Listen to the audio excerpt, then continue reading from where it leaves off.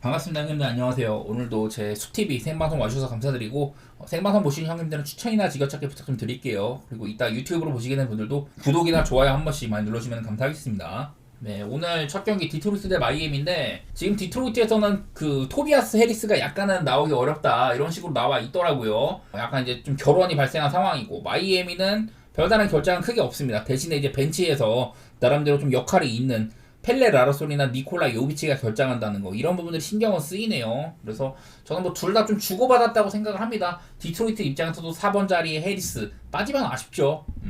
올 시즌에는 뭐 크게 이런 것들은 드러나진 않아, 많이 드러나진 않는데, 그래도 토비아스 해리스가 경기를 뛰는 게 팀적으로는 한 3.5점 가량, 특히 이제 공격면에서 플러스가 되는 부분이 꽤나 있다고 하는데, 빠지게 되는 점 좀 아쉽기는 합니다. 그래서 스튜어트가 있으면은 인사이드 수비력이라든지 좀 그런 파워 이런 부분들은 강화가 될 만할 것 같아요. 대신에 외곽 같은 부분은 아무래도 해리스가 조금 낫겠죠. 마이애미는 뭐 지금 버틀러가 뛸 수는 있는데 요비치나 라르손이 빠지는 거는 그래도 벤치에서 역할이 있는 애들이라서 아쉬운 면은 없지 않아 있기는 합니다. 올 시즌에 얘네가 맞붙었을 때는 한번 연장 승부까지 가가지고 디트로이트가 홈에서 승리하고 이랬었는데, 그전에는 이제 마이애미가 좀 개막 초쯤에 디트로이트 상대로 크게 이긴 적이 한번 있었어요. 그래서 오늘 경기도 4.5 정도 핸디값인데, 지난번에는 그 이제 디트로이트가 이겼을 때는, 연장 가서 이겼을 때는 마이애미에 버틀러가 없던 날이었었거든요. 요즘에 이제 버틀러는 나름대로 적극적으로 하고 있다. 늘 이제 부상이 많고 정규 시즌보다는 플레이오프에 좀 진가가 발휘되는 이런 선수로 알려져 있는데, 요즘에는 버틀러가 특히 좀 자유투 삥뜯기 같은 것들, 그리고 뭐 어려운 상황에서 본인이 좀 어려운 볼을 마무리해주는 것들, 그런 것들이 좀 보이긴 하더라고요. 그래서 요즘에 마이애미가 경기력이 나쁘진 않습니다. 최근에 뭐 모두 홈이었지만 4연승 달리고 있기도 한데, 디트로이트는 최근에 5경기 동안 1승 4패 정도로 별로 못했습니다. 대부분이 뭐 강팀 만나고 이렇긴 했지만은 디트로이트를 뭐 좋은 분위기라고 말하기는 어렵기는 해요. 맞대결 상으로도 마이애미가 7연승이었다가 올 시즌에 11월에 그때 이제 버틀러가 못 나와가지고 1패를 당했다는 건데, 지금 이제 마이애미 입장에서는 원정이 조금 아쉽긴 합니다. 원래 마이애미가 작년에도 홈이랑 원정이랑 편차가 그렇게 크진 않았는데, 올 시즌에는 홈에서는 괜찮고 원정에서는 조금 별로예요. 원정으로 가면 득점이 약간 빠지고 실점도 많아진다 이래가지고 종합적으로는 원정 마이애미는 한 7점가량 마이너스가 있다 이런 것들이 보이긴 하더라고. 이거랑 반해서 나는 요즘에 마이애미가 잘하고 있다고 생각은 해. 경기적으로 뭐 저는 여러 차례 이런 그 로지어를 벤치로 돌리면서 팀이 좀 활기가 도는 점들이라든지, 버틀러가 열심히 해주고 있다, 히로도 작년보다는 야투 기복이 좀 줄었다, 이런 것들 말씀을 드렸던 것 같은데, 특히 이제 마이애미 쪽에서는 오바 같은 게 약간 기대가 되거든요. 디트로이트도 지금 언더오버를 쉽사리 점치기는 힘든 팀이고, 보통은 둘 다 좀 느리게 하는 팀인데, 마이애미는 좀 이렇게 좀 하프코트 오펜스를 즐기고, 그리고 최대한 이제 코너 3를 만드는 것들, 이런 것들이 보이는데, 요즘에 일단 디트로이트 수비력이 안 좋은 거는 계속 보이고 있습니다. 그리고 마이애미는 계속해서 3점 같은 것들 작업이 잘 되고 있다, 뭐 이런 것들이 나와가지고, 저는 물론 뭐 상대 전적도 그렇고요, 마이애미 쪽을 조금 더 우선시하는 게 맞아는 보입니다. 뭐 디트로이트가 뭐 토비아스 해리스가 빠진 것들, 이런 것들은 크게 뭐 불편한 정도까지는 아니지만, 이거는 기본 전력상으로 저는 평균치가 마이애미가 높다고 생각이 들기는 해요.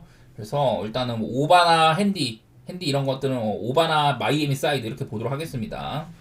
그 다음에 샬롯 대 필라델피아 경기. 이거는 이제 샬롯에서는 라멜로 볼이 돌아올 수도 있다는 소리가 있어요. 얘가 너무 좀 이게 오랫동안 빠졌다 보니까 이제 슬슬 돌아올 때가 되기는 했는데, 라멜로까지 복귀를 하면은 거의 뭐 주전은 다 복귀하는 셈이에요. 마이스 브리지스도 복귀를 했고, 이제 트레맨 벤치에서 이제 좀 이끌어대는 선수인데, 요즘에는 라멜로가 없는 기간 동안에 미치치가 워낙 잘해가지고 트레맨이랑은 다른 방식으로 좀 기여를 하고 있습니다. 그런 것들이 확인은 되는데, 반대로 이제 필라델피아는 오늘도 엔비드가 결장을 하고요. 그리고 케일러 마틴이나 맥케인까지 빠진다는 점, 이런 식으로 거의 뭐 핵심 로테이션 중에 3명이 빠지는 셈입니다.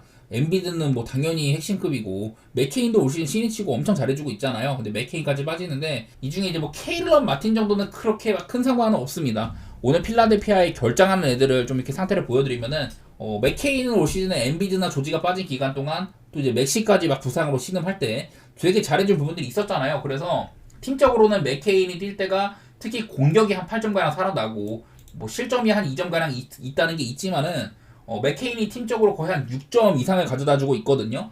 이런 맥케인이 빠진다는 거는 뭐 벤치에서도 문제가 발생할 수도 있고, 그런 부분들이 염려가 되는 것 같습니다. 케일러 마틴은 사실 그 이제 필라델피아가 워낙에 윙자운드를 사랑하다 보니까 데리고는 왔는데, 솔직히 말해서 별로입니다. 여기도 지금 케일러 마틴이 코트 위에 있을 때가 거의 한 뭐 10점, 11점 가량 마이너스가 된다 이렇게 찍히고 있어요. 특히 공격 쪽에서 많이 부진하다 이런 것들이 보이는데 지금 이제 올 시즌에 케일러 마틴이 야투율도 40%에다가 3점도 제가 알기로는 30% 초반인가 30%가 안 되는가 그렇거든요. 그래서 거의 뭐 사실 얘를 안 쓰는 게 낫습니다. 왜냐면은 요즘에 이 친구가 잘해주거든요. 이제 그 휴스턴에서 데리고 온 그 KJ 마틴 주니어인데 이 친구 지금 야투율 보시면은 시즌 전체로 봐도 65%, 3점이 43%고요. 특히나 최근에 좀 출전 시간이 많이 받았던 그런 시간들에는 야투율 65.5%, 3점 41.7%. 시즌 전체랑도 그렇게 큰 차이가 없어요. 한마디로 요즘에 이런 케마주가 좀 더 시간을 받는 게 팀적으로는 도움이 된다. 야투율이 워낙 또라이급이니까. 그래서 뭐 케일러 마틴 빠지는 건 저는 그렇게 큰 상관은 없다고 보고요. 그다음에 뭐 엔비드도 이렇게 좀 보여드리려고 하는데 여기에 나와 있는 거 상으로는 엔비드가 올 시즌 경기를 뛸 때가 얘가 안 뛸 때보다 팀적으로는 조금 한 2.5점 가량, 3.5점 가량 이렇게 손해인 게 보인다.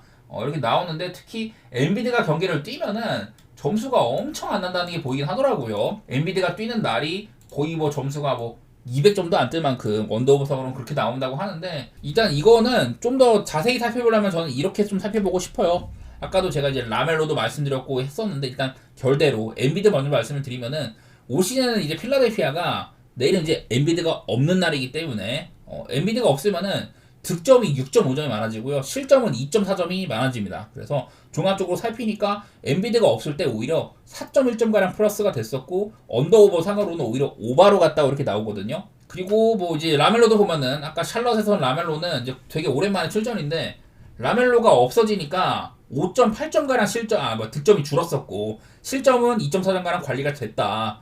그래서 라멜로가 없을 때는 이런 좀 팀적으로 손해는 3.4점가량 보지만은 언더 쪽으로 8.2점 가량 갔다 이런 게 있었는데 내일은 뭐 라멜로가 뛸 가능성이 있으니까 평소보다는 좀 이제 팀에 플러스 되는 것도 있을 거고 조금 더 오바로 갈 수는 있겠다 이런 그림이긴 하거든요. 또 그래서 내일은 이렇게 좀 구조적으로 봤을 때는 엔비드가 없어질 때랑 그리고 라멜로가 뛸 때랑 이런 걸 계산하면은 213.5라는 낮은 기준점으로는 사실 오바 보는 게 맞기는 한데 나는 근데 요즘 좀 생각이 다른 게 저는 라멜로가 있어도 이게 과연 지금 필라델피아 이런 꼬라지를 봤을 때는 213.5를 채우기가 좀 쉬우려나 그런 생각들이 들더라고. 왜냐면 이게 원래 라멜로가 작년에는 얘가 있고 없고에 따라서 샬럿의 언더오버가 20점가량 요동을 쳤거든요. 근데 지금은 한 6점밖에 요동치지가 않아. 전반적으로 샬럿은 그렇게까지 막 라멜로가 있다고 해가지고 템포를 엄청 끌어올리거나 그러진 않습니다. 보통 하프코트 오펜스에서 좀 이제 슛으로 쇼부를 보는 팀인데 제가 봤을 때는 그렇게까지 라멜로가 온다고 해서 첫 경기부터 엄청 뭐 상대가 또 필라델피아가 느리게 하는 팀이니까 그렇게까지 막 빨라질 것 같지는 않거든요. 특히나 요즘에 양 팀의 기조는 상대를 최대한 못 던지게 하는 거. 필라델피아는 이 기조를 늘 유지를 하고 있었고 그리고 좀 이제 폴 조지가 뛰는 날에는 전반적으로 게임들이 언더로 가더라. 그런 것들을 말씀을 드렸었는데 이게 보통 이제 엔비드가 빠졌을 때 그 자리를 야부셀레가 채워가지고 파이브아웃을 만든다든지 그런 식으로 했을 때는 약간 좀 오바가 좀 밝아 보이는 부분이 있는데 이제 드러먼드가 뛰면은 저는 좀 정적일 거라고 생각을 하거든요. 그래서 일단 저는 언더 쪽으로 보고 있고요. 이건 뭐 내일 뭐 라멜로가 돌아오는지를 살펴야 되겠지만은 나는 필라델피아의 결혼이 너무 많아 보이기는 해. 이건 또 맥시나 조지가 얼마나 잘해줄 수 있냐 이런 것들이 관건이긴 한데 저는 뭐 샬럿의 프레를 못 볼 것도 없다고는 봅니다. 지금 이제 오늘 배트맨은 1.5였는데 해외는 거의 뭐 지금 필라델피아의 핸디값을 3.5로 주고 있더라고요. 만약에 내일 샬럿이 조금 더 핸디가 좋아진다. 그러면은 뭐 샬럿을 더 봐도 괜찮을 것 같습니다. 다음 브루클린 대 클리블랜드 경기. 브루클린은 슈로더가 나갔죠. 슈로더가 골스로 트레이드가 됐고 본격적으로 이제 저는 엑소더스라고 표현을 하는데 브루클린은 애들을 엄청 많이 팔아제낄 겁니다. 앞으로도 뭐 지금 부상이지만 캠 토마스도 나갈 수가 있고 뭐 도리안 피니 스미스, 클렉스턴까지 보낼 수도 있을 것 같아요. 부상이지만 보이안도 나갈 수도 있고 앞으로 계속해서 많이 내보낼 것 같아. 브루클린은 제대로 올 시즌에 탱킹을 해야 되거든요. 여기에 적힌 것처럼 드래프트 픽이 4장이나 있어 다음 시즌에. 그래갖고 무조건 탱킹을 해야 된다. 이런 와중에 있어서 브루클린은 구단 내부적으로는 이런 작업을 위해서 지고 싶어 할 거야. 근데 실제 경기를 뛰는 선수들이나 감독들은 그런 게 없어요. 그래서 이번 시즌에 너무 호르디 페르나데스 감독이 너무 관리를 잘해가지고 브루클린이 많이 이겼는데 앞으로는 저는 브루클린이 조금 더 질 거라고 생각을 합니다.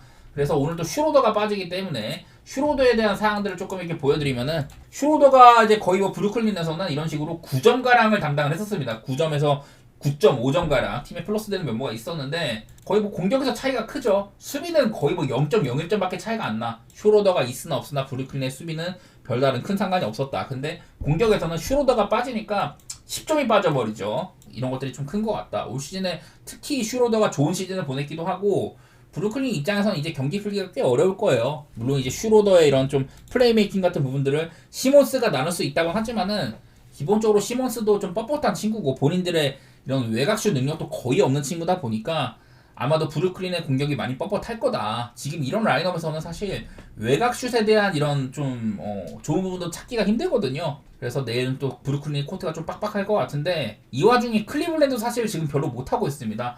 시즌 초반에는 뭐 동부에서 연승도 달리고 아직까지 동부 1위긴 하지만은 요즘에 좀 많이 지고 있기는 해요. 이길 때도 간당간당하게 이기고 이런 것들이 있어가지고 직전 경기 워싱턴도 클리블랜드가 야투율이 40%, 3점이 30%, 자유투 70% 되게 못했거든요. 그랬는데도 상대가 워낙 핫발이라 이겼다. 근데 뒤이어서 브루클린, 슈로더까지 빠지고 앞으로 애들을 많이 내보내 이런 팀들을 만나다 보니까 클리블랜드 입장에서는 이제 좀 일정이 좋다고 할 수는 있을 것 같아요. 그래도 요즘에 클리블랜드가 사실 공격에서는 시즌 초반만큼 좋지는 못하다. 전체적으로 아직까지도 지금 클리블랜드가 득점 전체 2등, 이거 멤피스한테 뺏겼죠. 득점 전체 2등이지만은 야투율이나 3점이 전체 1등이거든요. 아직도 나와 있는 걸로는 시즌 전체로는.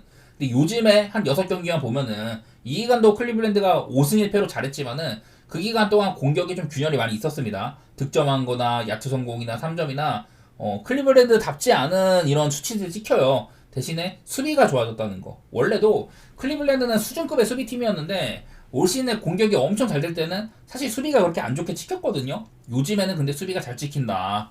보면은 뭐 지금 야투 방어율 5등, 3점 방어율 4등 가량 이렇게 찍히고 있거든요. 그래서 안 그래도 지금 브루클린이 공격이 조금 더 어려워진 모양새일 텐데 내일도 이런 좀 클리블랜드를 상대를 한다면은 저는 기본적으로 언더 게임을 보고 있습니다. 이거는 클리블랜드가 한창 오바팀의 냄새 그거를 풍기던 시절이 사그라들었다고 생각이 들어요. 그래서 일단 언더로 바라보고 있고 그리고 핸디는 좀 문제야 이게. 왜냐면 클리블랜드를 난 지금 좀 못 믿거든. 브루클린은 홈이기도 하고. 근데 아무리 봐도 브루클린은 탱킹을 앞으로 할 텐데 9.5는 솔직히 말해서 저는 프렘 보고 싶기는 하거든요. 근데 이게 그 슈로더까지 빠진 브루클린이 얼마나 버텨줄지 이거는 브루클린을 좀 예상하기 힘들어가지고 핸디는 좀 보기가 어렵습니다. 왜냐면 오늘부터 당장 이제 슈로더가 빠지고 첫 경기인데 올 시즌 에이스는 슈로더였는데 그리고 좀 득점을 채워주는 캠 토마스도 없고 또 한편으로는 브루클린이 이런 애들이 다 빠져도 막 G리그에서 데려다 쓴 타이리스 걔 이름 뭐냐 타이리스 마틴인가? 그런 애들이 한 경기에 막 30점씩 받고 그러잖아요. 이러다 보니까 그냥 애매해. 저는 핸디는 애매하고 그냥 언더 정도만 생각해 보도록 할게요. 다음 토론토 대 시카고 경기. 오늘도 토론토가 홈입니다. 그리고 토론토는 요즘에 스카티 반즈가 또 한 번 부상으로 빠지게 된다. 그래서 그 자리를 뭐 다비온 미첼을 쓸 거냐 아니면 그냥 바렛을 1번 자리를 올리고 이렇게 모그보 같이 좀 피지컬이 되는 그런 애들을 쓸 거냐 이런 좀 기로에 있는데 내일은 시카고랑 합니다. 그리고 시카고는 보통 이제 인사이드보다는 외곽을 많이 선택하는 팀이잖아요.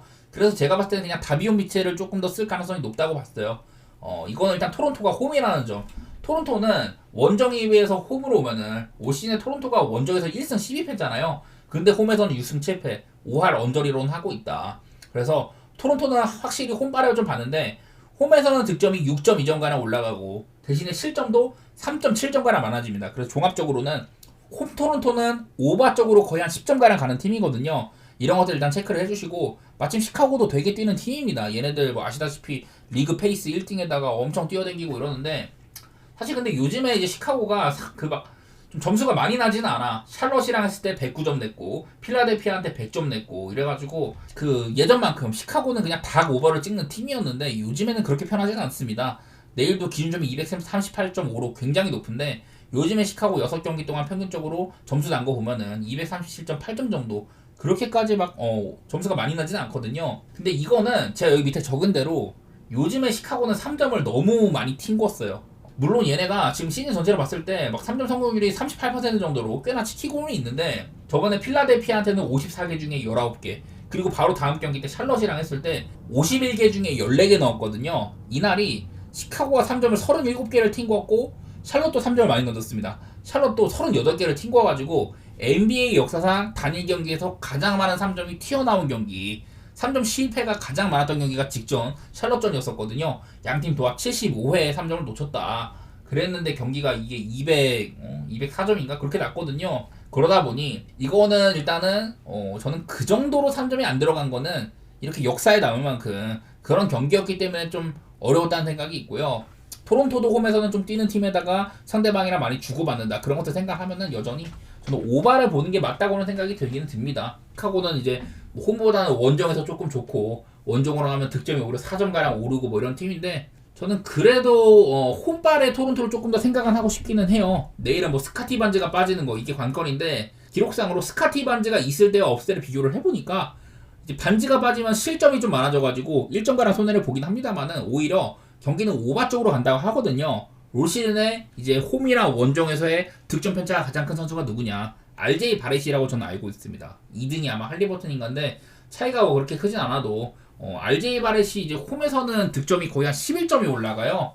내일도 이제 뭐 본인이 팀을 이끌어야 되기 때문에 바렛이나 딕 그리고 외곽 선수들, 퍼들 이런 애들이 좀 활약을 해야 되는데 저는 토론토 사이드에다가 오바보고 싶은 그런 경기인 것 같습니다. 시카고의 3점이 그동안 너무 많이 팅이 됐는데 사실 토론토도 수비적으로 3점 수비를 잘하는 팀은 아니어가지고 저는 서로 좀 주고받는 경기가 되지 않을까 그렇게 생각해 보도록 할게요. 다음 세크라멘토 대 덴버 경기 이것도 어려운 경기예요. 왜냐 지금 둘 다 컴플리트 센터 컨트롤 타워를 볼 수 있는 사보니스, 요키치 보통 이제 요키치가 이 분야에서는 리그 1위고 그 다음 가는 게 사보니스라고 많이 알려져 있거든요. 근데 이제 뭐 사보니스는 사실 요키치만큼 막 트리플 더블을 기록한다거나 그런 게 잦은 선수는 아닌데 좀 인정받고 있는 센터기도 하죠. 그래서 사실 이거는 좀 애매한 게 뭐냐면은 이게 원래 그동안에 세크라멘토가 되게 좀 언더게임이 많았었단 말이야. 경기가 이상하게 안 풀리고 사실 세크라멘토랑 저랑 4대가 안 맞는 팀이라 가지고 저는 이 경기는 좀 피하고 싶은 느낌이 있는데 얘네들 제가 여기 밑에다 뭐 적어놓은 거 이거는 요즘에 업데이트를 크게 안 하고는 있지만 어쨌든 얘기하고 싶은 거는 세크라멘토가 올 시즌에 못하고 있는 거는 3점이 안 풀리는 게 컸는데 그래가지고 몽크가 복귀하자마자 선발로 올리고 이래봤지만은 오락가락합니다. 얼마 전에 얘네들이 샌안토니오랑 할 때는 3점 34개 중에 16개 거의 뭐 50% 가까이 찍었고 그 다음 경기 유타한테는 44개 중에 22개 절반을 찍었어요. 3점 슛이 50%였단 말이야.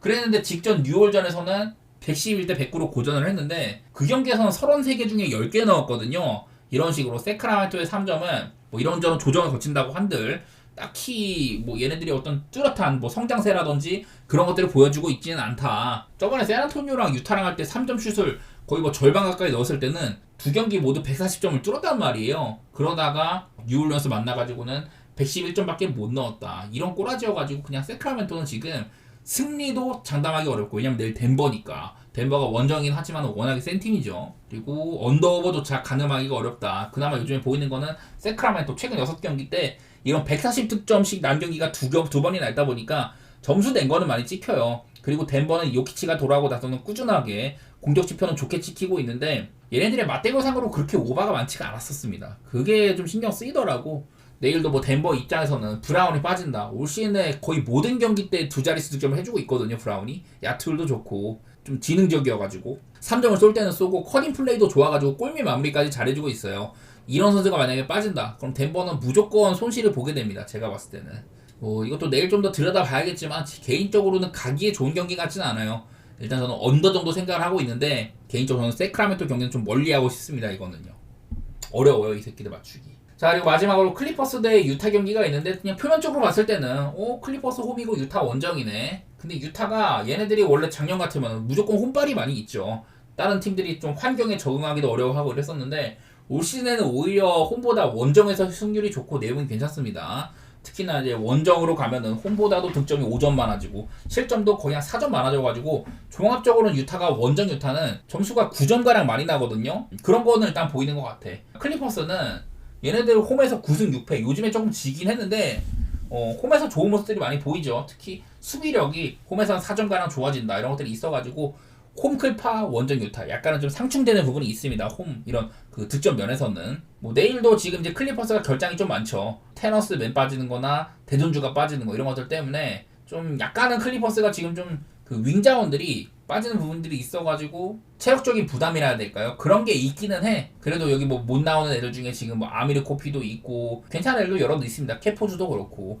요즘에 클리퍼스가 약간 좀 지고 있는 게 미네소타, 휴스턴, 덴버 전부 다 빡센 팀들이었잖아요. 덴버도 원정이었었고 그러다 보니까 좀 졌는데 간만에 홈으로 돌아와가지고 유타라는 좀 이제 쉬운 팀을 상대를 한다. 요즘에 유타가 그냥 최근 8경기 동안 1승 7패거든요. 되게 못하고 있고 그나마 간간히 터질 때가 있는데 직전 경기 뭐 피닉스랑 126대 134 엄청 좀 잘 싸웠던 거는 3점이 39개 중에 22개가 터졌어요. 말도 안 되는 수치야. 60% 가까이 터진 그런 경기여가지고 그렇게 비겼던 거고 그 외에는 요즘에 3점이 잘 터진다거나 다른 게 뭐 좋다거나 그런 것들은 발견되지는 않습니다. 늘 이제 실점 많은 모습 이런 것들 보이고 클리퍼스는 한창 동안 이제 좀 수비가 좋았었는데 요즘에는 수치가 그렇게 좋게 찍히고 있지는 않아요. 제가 이제 뭐 2번 자리에 테런스 맨더신의 그 크리스 던을 배치를 한다든지 노먼 파웰이 빠진 기간 동안 클리퍼스의 수비가 좋다고 했었는데 지금은 파웰까지 오면서 약간은 수비의 균열이 좀 이렇게 좀 발생한 상태이긴 합니다. 그래서 이 경기도 사실은 막연하게 봤을 때는 클리퍼스를 보는 게 좋은데 핸디값도 꽤나 크고 언더오버도 애매한 경기라고 생각이 되기는 돼요. 클리퍼스의 기조로 생각하면 좀 언더를 보고 싶은데 사실 뭐 유타가 원정에서는 좀 적극적으로 하는 모습도 있고 점수도 많이 낸다더라. 8점가량이나 플러스가 되다 보니까 언더오버도 쉽지는 않습니다. 개인적으로 저는 그냥 언더 쪽으로 생각을 하고 있는데 이거는 뭐 클리퍼스를 조금 더 신경 쓴다고 해야겠죠. 기본적으로 천천히 하는 팀이고 유타 같은 팀한테 좀 트랜지션에서 위기를 그렇게 쉽게 줄 것 같지도 않아. 전반적인 뭐 사이즈라든지 여러 부분에서 유타가 기분 좋은 부분도 있어가지고 클리퍼스가 8.5를 충족을 해줄까? 요즘에 특히 야투 문제가 많은데 이거는 내일 이런 좀 양팀 간의 이런 좀 야투에 따른 결과가 크게 달라질 만한 그런 생각이 좀 있어가지고 배팅하기에 좋은 경기 같지 않아요. 이것도 클리퍼스 사이드에다가 언더 이렇게 보도록 하겠습니다. 자, 오늘 축구 딱 한 경기 말씀드리면 라치오 대 인터밀란이랑 붙어요. 옆에 일단은 이런 것들 순위표부터 보면은 지금 아탈란타가 리그에서 37승점으로 굉장히 잘하고 있습니다. 나폴리 제끼고 올라가고 되게 잘하고 있죠. 근데 이제 뒤쪽 라인 보면은 뭐 2등까지는 그렇다 칩시다. 나폴리가 뭐 한두 경기 더 했으니까 인터밀란 현재 2경기를 덜한 상태잖아요. 피오렌티나랑 한 경기 쉬어가가지고 2경기나 덜한 상태인데 지금 31승점이죠. 그리고 4등, 5등이 전부 다 31승점입니다. 그래서 지금 세리아는 1등 아탈란타 그리고 뭐 2등부터 제가 봤을 때 5등까지는 전부 다 좀 비슷비슷하거든요. 그래서 이게 챔피언스 리그를 나가는 딱 그 위치까지는 되게 좀 처절한 이런 싸움들이 되게 계속되고 있다.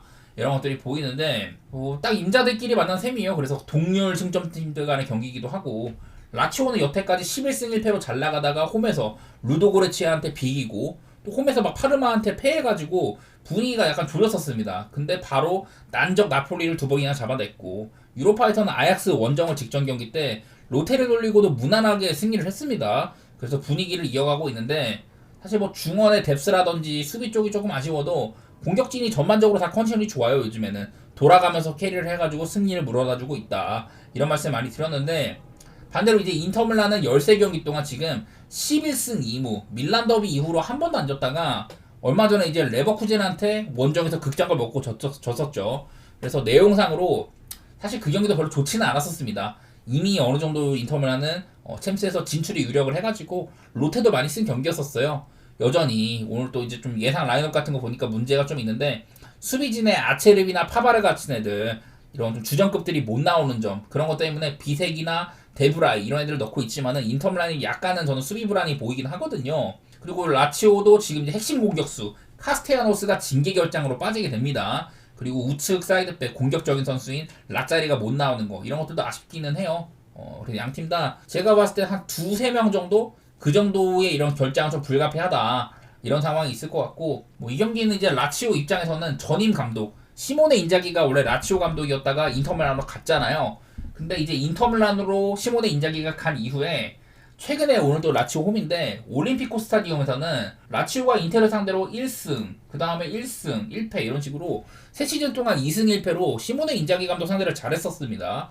꽤 잘 싸웠었고 뭐 여러가지 뭐 전력 이탈 같은 것들을 생각을 하면은 라치오가 불편한 건 맞지만은 어느 한쪽에 막 우세를 쉽게 점치기는 힘든 경기라고 생각이 돼요. 아까도 말했다시피 지금 이번 주에 이제 유럽의 모든 이런 강팀들이 주간에 유럽 대회도 치르고 오고 막 컵 대회도 소화하고 리그도 하고 이러면서 A매치 주간 이후로 거의 한 3-4주가량 지금 계속 주중 경기까지 주말 경기까지 3일에 한 번씩 계속 하고 있거든요. 그래서 저는 좀 피로 누적으로 아래 팀한테도 발목 잡히는 것들이 많았다고 생각이 되는데 얘네들 라치오나 인터밀란 둘 다 유럽 대항전 나가는 애들이죠. 주중에 리그 이런 코파 같은 것들도 치르기도 하고 그래서 엄청나게 체력 소모가 클 텐데 그 와중에 저는 인터밀란이 조금 더 로테도 많이 돌려준 편이고 관리해주는 면도 있고 체급상으로도 그래도 라치오보다는 높은 팀이라고 생각이 됩니다.